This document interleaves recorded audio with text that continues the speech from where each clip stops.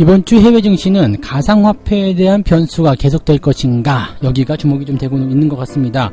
일단 비트코인의 변수가 계속 커짐에 따라서 가상화폐와 증시의 연관성이 매우 높아졌다, 뭐 이런 분석들이 나오고 있거든요. 그러니까 가상화폐 시장이 내려가게 되면 증시도 같이 내려간다, 위험자산을 묶어가지고 이렇게 해석을 하는 경우가 좀 생겼고요.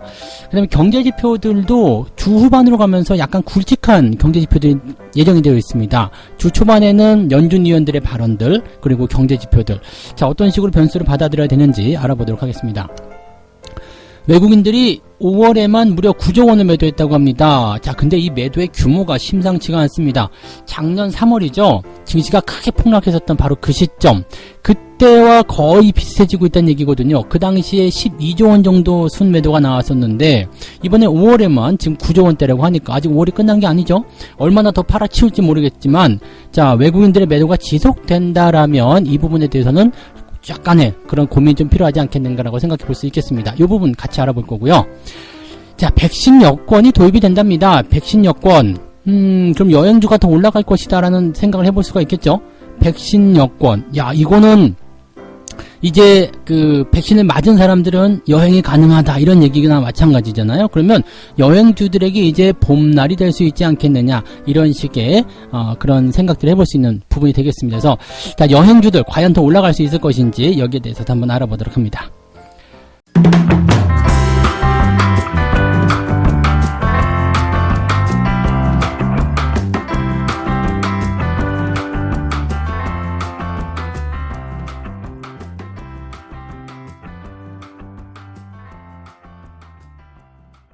네, 반갑습니다. 자, 오늘은 5월 24일 월요일입니다. 자, 새로운 한 주가 또 시작이 됐습니다. 자, 이번 주는 윈도우 드레싱도 약간 기대를 해봐야 되는 부분이 있어서 주반에 형성되는 이벤트들, 여기에 좀 집중을 해볼 필요가 있겠다 생각이 좀 들긴 듭니다. 자, 근데 예상치 못한 변수가 하나 나왔어요. 가상화폐. 자, 가상화폐가 사실은 나빠지면 증시에 도움이 될 것이라는 얘기들이 많이 있었잖아요. 왜 그러냐면 가상화폐 쪽으로 자금이 많이 이동했었잖아요. 가상화폐 쪽으로 자금들이 많이 들어가면서 거래량도 굉장히 많고 그랬었죠. 돈들이 거기 많이 묶여 있었어요.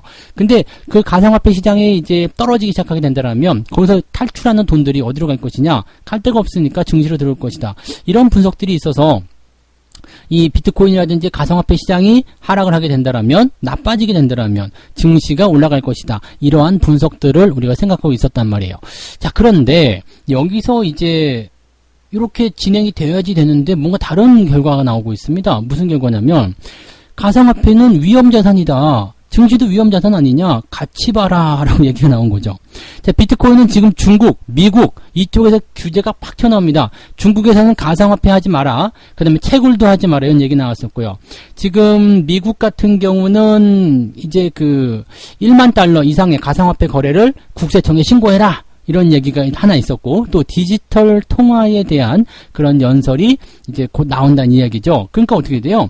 가상화폐에서 얘네들이 인정 못 해주고요, 우리가 연준에서 만든 디지털 화폐 이걸 가지고 합시다 라고 되는 거죠. 그러면 디지털 화폐라는 것은 뭐예요?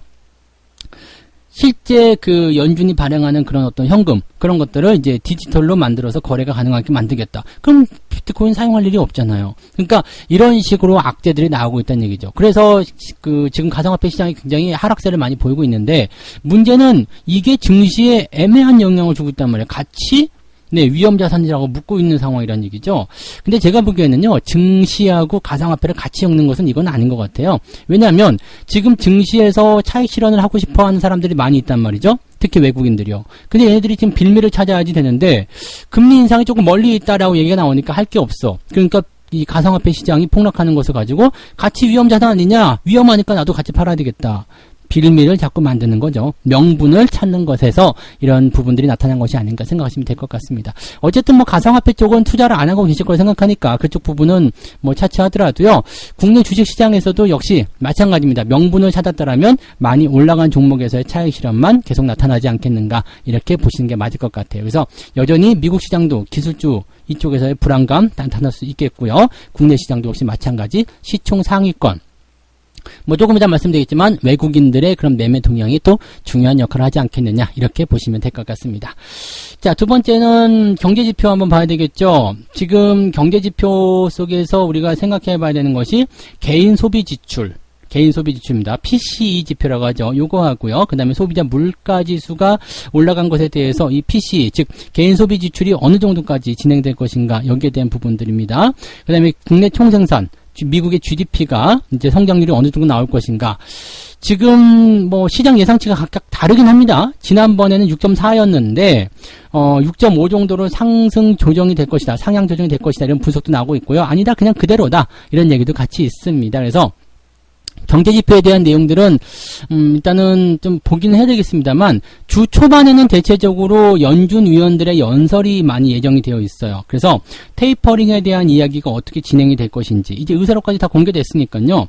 연준 위원들이 테이퍼링에 대해서 조금씩 발언을 하게 되지 않겠는가 생각됩니다. 그러면 어떻게 돼요? 시장이 약간 움찔움찔 위축될 수 있는 상황이 만들어질 수 있겠죠? 네, 테이퍼링이 당장 시작되지는 않겠지만 그 부분에 대해서 이제 발언을 조금씩을 하게 된다라면 뭐 논의를 이제 하게 된다. 논의를 곧 하지도 모른다. 뭐 계속 올라가면은 이 테이퍼링을 해야 되지 않을까요? 라는 식의 이야기를 하게 된다라면 시장이 움찔할 수 있다는 얘기가 되는 거죠. 그래서 지금 보시면 가상화폐 이야기도 그렇고 이 연준 위원들의 테이퍼링 이런 어떤 발언들 이런 것들 같이 버무러지면 시장이 약간은 네, 주춤거릴 수 있는 상황이 될 수 있다. 이렇게 봐야 되겠죠. 근데 여기에서 이제 상황이 경제지표가 어떻게 나오느냐인데 경제지표까지 좋게 나와버리게 되면 이제 문제가 더 심각해질 수 있겠죠. 자, 주 후반에 발표된 경제지표 한번 볼게요. GDP.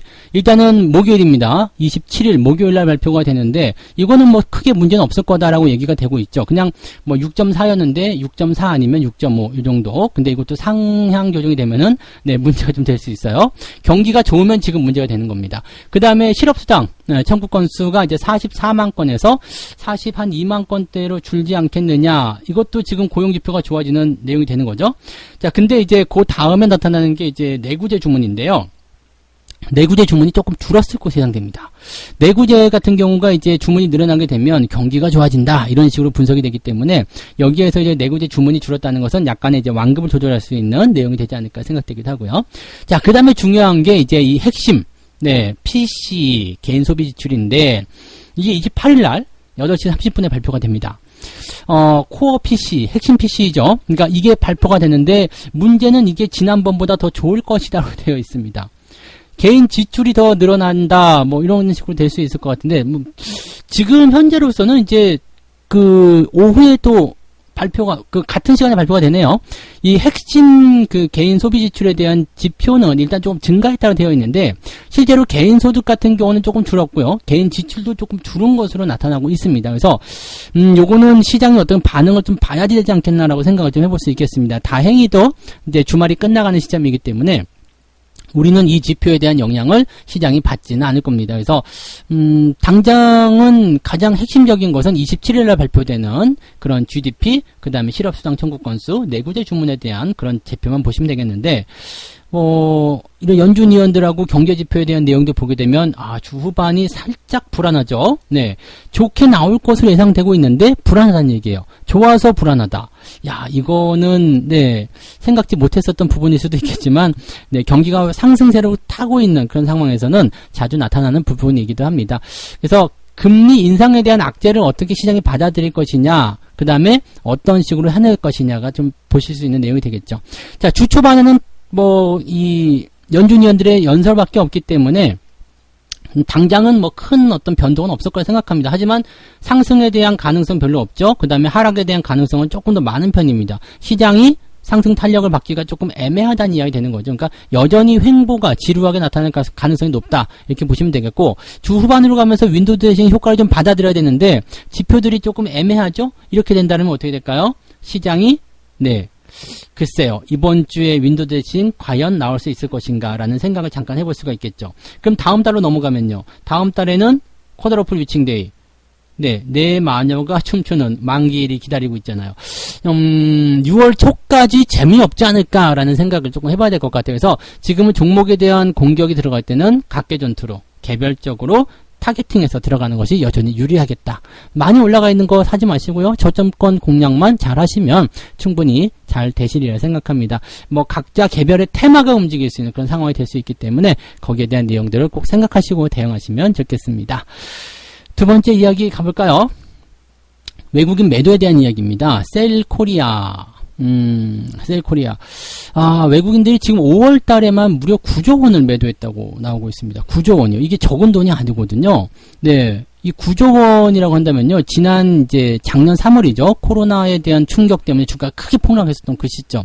그때가 12조 원 정도밖에 안 됐단 말이에요. 네, 12조. 그래서 이런 부분들 보게 되면 상당히 이게 좀 뭐라 그럴까요? 피곤한 그런 상황이라고 봐야 되나요? 네. 외국인들이 계속 이렇게 팔게 되면은요, 주가가 크게 충격을 받습니다. 근데 작년 3월 같은 경우는 저렇게 많이 팔았지만, 동학개미들이 다 팔고 나서 주가가 폭락한 시점에서 받아 올려가지고 주가가 착 치고 올라갔는데, 지금은 동학개미들이 지금 다 어디 갔어요? 네, 코인에 들어가서 헤매고 있는 상태이기도 하고요. 또 그 다음에 지금은 그때처럼 주가가 폭락한 상태에서 나오는 매도가 아니잖아요. 주가가 올라간 시점에서 나오는 매도이기 때문에 차익 실현, 거기다가 뭐가 들어가요? 공매도까지 같이 들어갈 수 있죠. 동학개미들도 생각을 해보면은 뒤로 한 발짝 물러서서 이거는 좀 아닌 것 같은데 라는 생각을 해볼 수 있다는 얘기가 되는 겁니다. 그래서 5월 달에 지금 9조 원을 내던진 이 외국인들의 수급 동향이 어느 정도 회복세를 좀 보여야지만 이 주가가 올라갈 수 있는 거거든요. 외국인들은 대형주이기 때문에요. 얘네들이 대형주를 계속해서 던지고 있다라면 우리 쪽에서는 부담이 될 수밖에 없겠죠. 그래서 지금 저 내용들은 별로 좋지가 않습니다. 그러면 외국인들이 도대체 뭘 팔아치웠나 한번 봅시다. 지난해 3월에는 이제 12조 5천억 정도를 매도를 쳤는데 지금 보니까 약 9조 원 정도 진행이 좀 되고 있고요. 그 다음에 글로벌 위기, 그 리먼 사태 때, 근데 2007년 8월에 외국인이 8조 원대 주식을 팔았는데 그때 리먼 사태의 어떤 매도 규모를 넘어섰다 이렇게 보셔야 되겠죠. 물론 시장의 규모가 더 크기 때문에 비교 자체가 좀 안 되는 것이 당연하겠습니다만은 네, 어쨌든 역대급 매도다라고 보시면 될 것 같아요. 자, 업종별로는 이제 하드웨어, 반도체, 디스플레이 이렇게 주가가 많이 올라간 것들을 매도하고 있는데 뉴스에서는 투자 심리가 악화된 것이다라고 얘기를 하고 있죠. 주가가 많이 올라간 것에 대한 매도입니다. 그건 뭐냐면 차익 실현이라는 이야기예요. 그냥 차익 실현에 대한 부분. 근데 한국전력에 대한 매도가 좀 상위권에 들어가 있는데 한국전력은 왜 팔았지? 라는 생각이 좀 드네요. 삼성전자, 삼성전기, 삼성바이오로직스 그것뿐만 아니죠. 위쪽에 많이 있는 것들, 많이 올라간 종목들에 대한 매도가 나타나고 있는 거. 그래서 외국인들의 매도는요. 일단은 많이 올라간 종목들이 타겟팅 되어 있기 때문에 근데 그 종목들이 또 큰 종목들이잖아요. 그러니까 증시가 올라가긴 조금 힘들고 버겁다. 하지만 그 종목들만 조심하면 괜찮다. 또 대형주가 아니라 중소형주 쪽에는 매수가 들어가고 있다. 지금 외국인이 매수가 나선 업종이 있어요. 통신, 미디어, 교육, 건설, 경기 회복에 대한 기대감이 있는 종목들. 그 다음에 시총이 크더라도 카카오라든지 LG화학, SK텔레콤 이런 것들은 매수를 또 했다라고 하네요. LG화학은 왜 자꾸 사고 있는지는 잘 모르겠습니다만 어쨌든 네, 외국인들이 매수하고 있는 업종들은 이런 것이 있다라고 생각하시면 되겠죠. 이렇게 외국인들이 샀다 팔았다를 가지고서 전체적인 동향을 좀 보기는 어렵습니다. 이게 외국인이 산다고 해서 무조건 주가가 올라갈 거야 이렇게 생각하는 것도 사실은 네, 말이 안 되는 거잖아요. 그래서 우리가 이제 이 외국인 매매를 가지고서 생각해 볼 수 있는 것은 뭐냐면 외국인이 시총 상위권을 더 많이 팔고 있는가, 이 부분을 보시면 됩니다. 시총 상위권 종목에 대한 매도가 더 많고 사는 것도 있긴 있지만 조금밖에 안 된다, 또는 시총이 딸린다 이렇게 된다면 시장은 올라가기가 어렵습니다. 지난번처럼 기관이 받아주면 좋겠는데 연기금이 지금 바보짓 하고 있잖아요. 매수가 안 들어오잖아요. 그러니까 연기금 가지고는 주가를 올릴 수가 없고요. 금융투자가 미친 척하고 올려가지고 하지만 걔네들은 단기성 물량이기 때문에 지들만 딱 먹고 빠져버리거든요. 그러니까 개인 투자자들이 지금 투자하기가 굉장히 어려운 위치입니다. 그래서 지금은 일단 하면 안 되는 것들, 그런 것들만 먼저 피하는 거, 그쪽으로 집중을 좀 하시고요. 매수를 하신다라면 아래쪽에 있는 것들을 잡아놓고 기다려주는 거, 그게 가장 중요한 전략이 아니겠는가라고 생각이 좀 듭니다. 그래서 그런 정도로 여러분들이 포지셔닝을 정하시면 좋을 것 같습니다. 외국인 순매도가 역대급으로 나오고 있다는 것은 결코 좋은 건 아니지만 또 반대로 보면은 외국인들이 팔 만큼 팔았다라면 매수가 더 들어올 때가 있을 거 아니에요. 그렇기 때문에 증시가 더 빠르게 올라갈 수도 있겠죠. 근데 지금은 매도가 진행되고 있는 과정이기 때문에 여기에 대한 부분은 조심해야 한다라는 것이 이제 제가 드리고 싶은 말씀이라고 생각하시면 되겠습니다. 자, 세 번째 갈까요? 네, 백신 여권 기대감. 백신 여권. 야, 희한한 게 나오죠. 백신 여권요. 이 도입이 된다요. 실제로 도입이 된다고. 내달 말부터 다음 달 말부터 이제 유럽 국가 전역에서 백신 여권이 도입이 됩니다. 그것 때문에 지금 여행 업종이 일제히 주가가 상승하고 있다는 얘기인데, 이게 어떤 거냐면요. 유럽 의회와 유럽 연합 회원국 대표들이 모였어요. 20일 날 모여가지고 뭐 디지털 백신 여권 도입을 위한 법률적 세부 사항에 대해서 합의했다. 이게 무슨 얘기냐면 디지털 여권을 만든다는 얘기예요. 디지털에 이렇게 띡 찍으면은요 백신 접종자입니다. 이렇게 나오겠죠. 뭐 그래서 오케이 통과 뭐 이렇게 될지 모르지만 어쨌든 그렇게 나오면 어떻게 되겠어요? 주가가 상승할 수 있는 포지션을 만들어 가겠죠. 네. 뭐 어디서요? 여행주들이 혜택을 받는 거예요. 네. 왜냐면은 백신 여권을 가지고 일단 유럽에 가서 오케이 통과입니다라는 얘기가 나올 정도면 어떻게 되겠어요? 여행주가 일단 나온 거 아니에요. 여행 상품을 이용했을 테고 당연히 비행기를 타고 가겠죠. 네. 그럼 여행 상품을 내세우는 여행주들은 뭘 하겠습니까? 백신 접종을 완료하신 분들은 신청하실 수가 있습니다. 구매하실 수가 있습니다. 라고 얘기가 나오겠죠. 네. 그러면 일단 지금 여행을 못 가고 갇혀 있었던 분들이 거기 쪽으로 넘어갈 수 있겠는데 과연 이게 수혜가 바로 진행될 것인가? 여기에 대해서 이제 또 말들이 많아요. 왜냐하면 지금 초기에 백신 접종하신 분들은 누구예요? 고령층 또는 이제 출장이 많은 사람들 또는 특수 직군 네 이런 쪽이었잖아요. 그래서 실제로 여행을 갈 만큼 한가하신 분들이 많지가 않습니다. 뭐 근데 일단은 시간이 지나면서 지금 9월 정도부터는 이제 접종자 수가 크게 늘어날 것으로 되어 있거든요. 그리고 뭐 12월 정도 즉 올 연말까지는 뭐 상당히 많은 인원들이 이제 2차 접종까지 마칠 것이다라고 되어 있거든요. 자 그렇게 된다라면 어떻게 될까요? 네. 인원이 굉장히 많이 늘어나겠죠. 그리고 백신 접종을 받고 나서 여행 갔다 온 사람들의 어떤 후기나 이런 것들이 막 넘쳐나기 시작할 거 아니에요? 그러면은 나도 가고 싶겠지. 그죠? 그럼 나도 백신 맞고 디지털 백신 여권을 발급을 받아가지고 갈 거 아닙니까? 이거 굉장히 중요한 거거든요. 그래서 지금 전체 인구, 우리나라 전체 인구의 10% 정도가 이제 8월 정도면 2차 접종까지 끝나고요. 12월 정도에는 약 30% 정도가 2회차까지 접종을 다 마칠 것이다. 그러면 30% 정도에 해당하는 사람들은 해외여행을 갈 수 있다는 얘기겠죠. 근데 실질적으로는 미국의 그 백신 접종이 더 빨리 끝날 것 같거든요. 빨리 끝나게 된다면 어떻게 돼요? 백신이 남아돌겠죠? 그러면 이제 쫙 다른 나라로 퍼지게 됩니다. 그래서 이 하반기 쪽 들어가게 되면은요, 더 빠른 도입이 가능하지 않을까 생각합니다. 그래서 제가 보기에는 지금 30% 정도라고 하지만, 실질적으로 12월 달 정도가 된다라면, 30%보다 더 많지 않을까 생각되고요.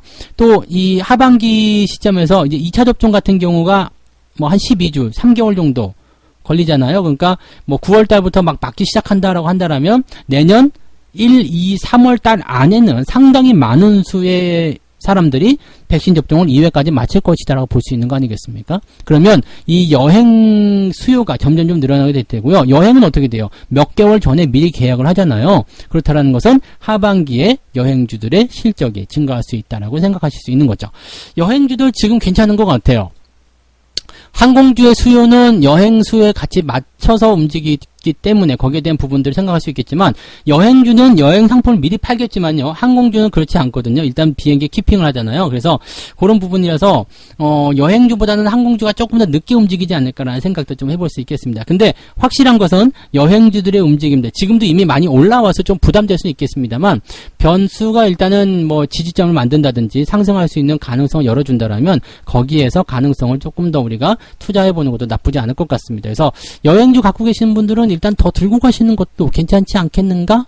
이렇게 생각을 조금 해봅니다. 그래서 여행주들 또는 이제 항공주들은 조금 더 늦게 움직이게 하겠습니다만, 그런 부분들 긍정적으로 보시면 좋을 것 같아요. 그래서 숙박, 여행, 뭐 카지노, 뭐 그 다음에 항공 등등등 서서히 이제 좋아지고 있다. 봄날이 오고 있다. 근데 아직 시간은 조금 필요하기 때문에 거기에 대한 부분들은 이제 서두르지 마시고요. 천천히 내가 원하는 위치가 올 것인지 그 여부를 확인하면서 대응하시면 좋지 않을까 생각해봅니다.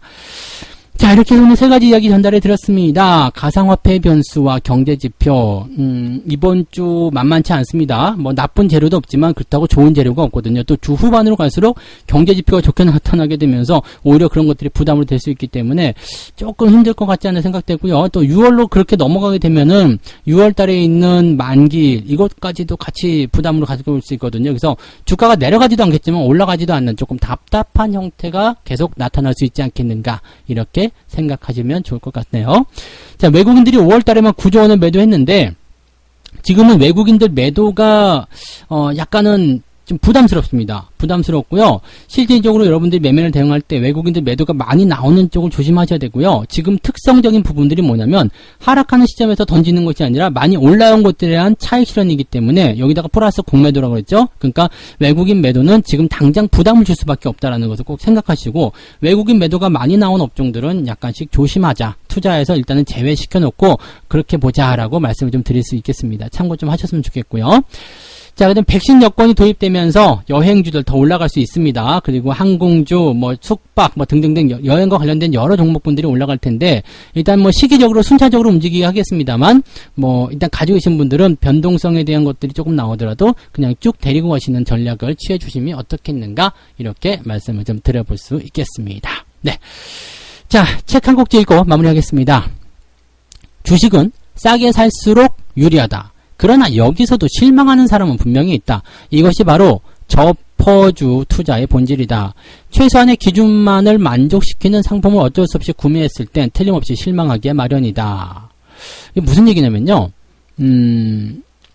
이 저퍼라고 해서 요거 하나만 딱 가지고서 이제 매수를 좀 하잖아요. 그런데 이 저퍼 상황인데도 불구하고 주가가 더 하락할 수도 있다는 얘기죠. 네, 더 하락할 수 있다는 얘기예요. 근데 이 저퍼 상태에서 주가가 무조건 바닥이라고 생각하시면 안 돼요. 바닥을 생각하시면 안 되고 당연히 바닥권에 있기 때문에 지저분하잖아요. 변동성이 위아래로 나타날 수 있거든요. 근데 그게 다 그 저퍼 범위 안에 들어가 있는 겁니다. 그리고 투자 심리가 일단은 생각해 보세요. 내가 아무리 저평가된 주식이다라고 생각해서 샀는데 주가가 좀 더 떨어져요. 그럼 팔고 싶겠죠. 에이씨 이게 뭐야? 또는 오랫동안 기다렸는데 안 올라가. 다른 쪽에서 막 올라가요. 그럼 에이 안 되겠다. 이런 식으로 생각하시는 분들 계시거든요. 근데 여기 뒤에 마지막 구절이 뭐가 더 있었냐면 합리적인 생각으로 구매한 사람들은 제품의 효능을 만끽하고 있다. 이거 무슨 얘기냐면요. 아, 내가 그럴 거로 생각하고 알고 있어. 저평가이기 때문에 지가 가봤자 어디까지 가겠어? 바닥인데 지가 어디까지 가겠어? 라는 생각으로 매수하신 분들은 그냥 놔두는 거죠. 그러면 나중에 그 부분들이 크게 보답을 받게 되는 상황이 벌어진다는 얘기입니다. 저가 매수에 찬양하는 이야기죠. 저가 매수에 찬양하는 이야기입니다. 그래서 항상 저점 천국이라는 것을 잊지 마시고요. 김밥 천국 아니죠? 저점 천국 맞습니다. 그것만 기억하시고 주식은 싸게 사는 것이 유리하다. 그리고 싸게 사는 것에 대해서 여러분들이 충분히 이해를 하고 매수가 들어가야지만이 싸게 산 그 종목을 놓치지 않을 수 있다는 것까지 말씀드릴 수 있겠습니다. 자, 오늘 여기까지 이야기 전달해 드리고요. 이따가 9시에요. 무료 방송 진행됩니다. 많이들 오셔가지고 저거 같이 신나게 시장을 같이 극복해 나가시면 좋겠습니다. 재미없는 시장 성투사와 함께 풀어나가시기 바랍니다. 이따가 뵐게요. 고맙습니다.